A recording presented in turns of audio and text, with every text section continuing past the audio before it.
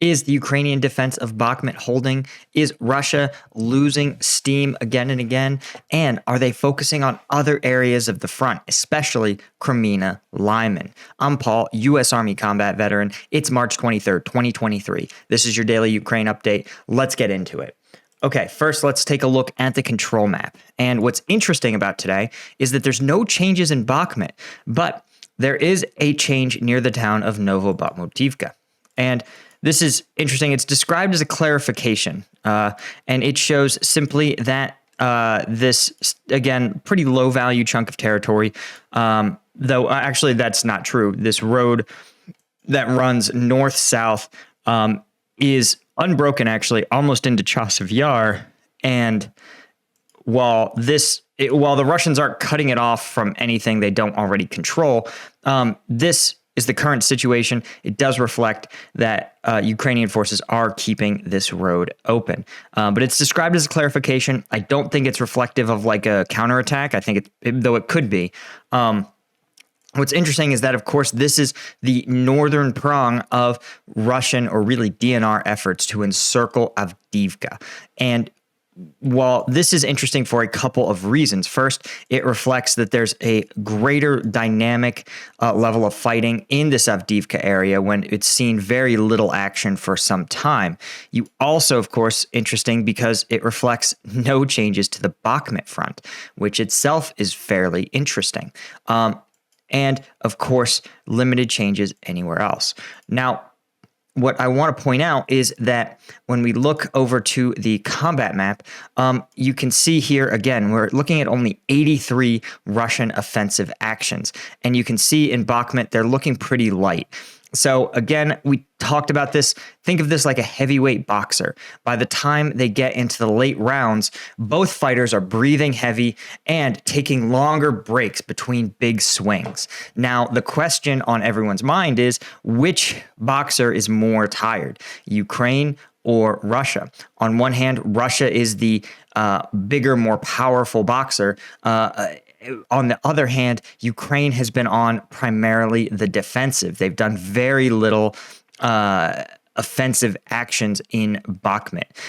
So it's tough to say. You can see here, right, Russia focusing actually on trying to encircle Chasiv Yar as well, pushing into this, again, some fairly low value areas, a mine, woodlands, nothing too significant, right? I would worry more if they start to capture towns like this, Predechne. Then there's a more worrisome discussion to be had. Of course, you also have attacks here near Bodanivka. This may be part of a Russian effort. They may believe that instead of seizing Bakhmut itself, they may simply try to envelop Chasiv Yar as well. But you guys can see this is also tall order. So getting between these two Ukrainian-held towns. Encirclement's just a tough nut to crack here in Bakhmut. Even if Ukrainian forces, I think, are under a lot more pressure than they're letting on. But what's interesting, when we look up near Kreminna, you can see that it's pretty interesting. And here's the Kreminna-Lyman axis. You could see that, no Russian actions really today, except for here in the north. But Russia has slowly been trying to push out from Kreminna and limit the amount of sort of give themselves space between Kreminna and Ukrainian lines. And this is where we look over to the UK's Ministry of Defense. Their Defense Intelligence Update actually talks a lot about the Svatove Kreminna line. And this is Russia, of course, has regained control over the immediate approaches to Kreminna, which is probably a function of their big offensive. Obviously, the gains have been so small, so marginal, that they're oftentimes not even reported, just being probably a few dozen meters. But in some places, these gains are up to several kilometers, as you can see here, right? This is an approach to Kreminna that has pushed Ukrainian lines, sort of bowed them out a bit. But what's interesting is that Russian commanders seem to be trying to give themselves a big buffer for their defensive lines. They've prepared them on high ground and are trying to integrate the natural obstacle of the Oskil. They probably want to, long term, they probably seek to recapture Kupiansk, which we can see is right down. Let's see, Kupiansk. How do I not know where Kupiansk is? Damn. What do you guys view me for? We'll look at here. All right, let's try again. Kupiansk. There you go. Not in Kharkiv. Maybe in Kharkiv.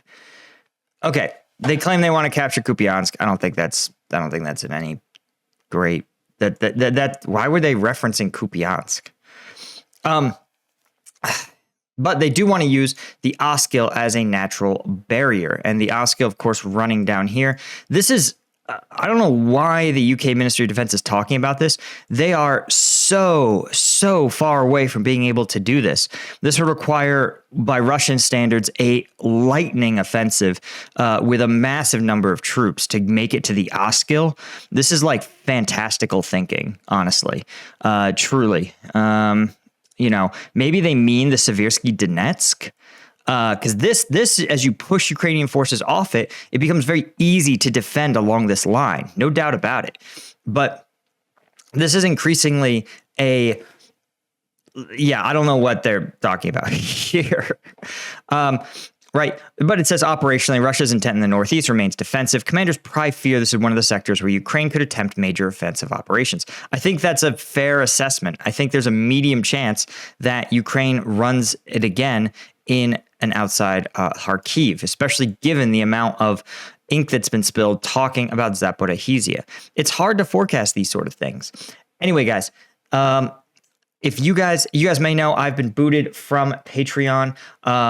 And so I have launched my own site, combatvetnews.com. Combatvetnews.com has not only all my YouTube videos for free, where you can watch, but also members only content. And I'm dropping new videos almost every day this week, as well as bringing in the archives from Patreon. I get it. The powers that be and big tech have decided that Ukraine analysis, Ukraine reporting is passe, but I still think what I do is important, and I appreciate everybody that's out here supporting me. Plus, we get to view all the GoPro footage, the drone footage, the ground's eye view of this conflict. It gives us insights that you really can't get any other way. So thanks to everybody that supports me on combatvetnews.com.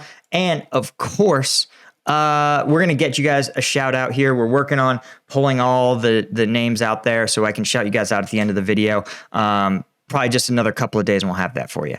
Anyway, thanks so much for what you do, and I'll see you in the next one.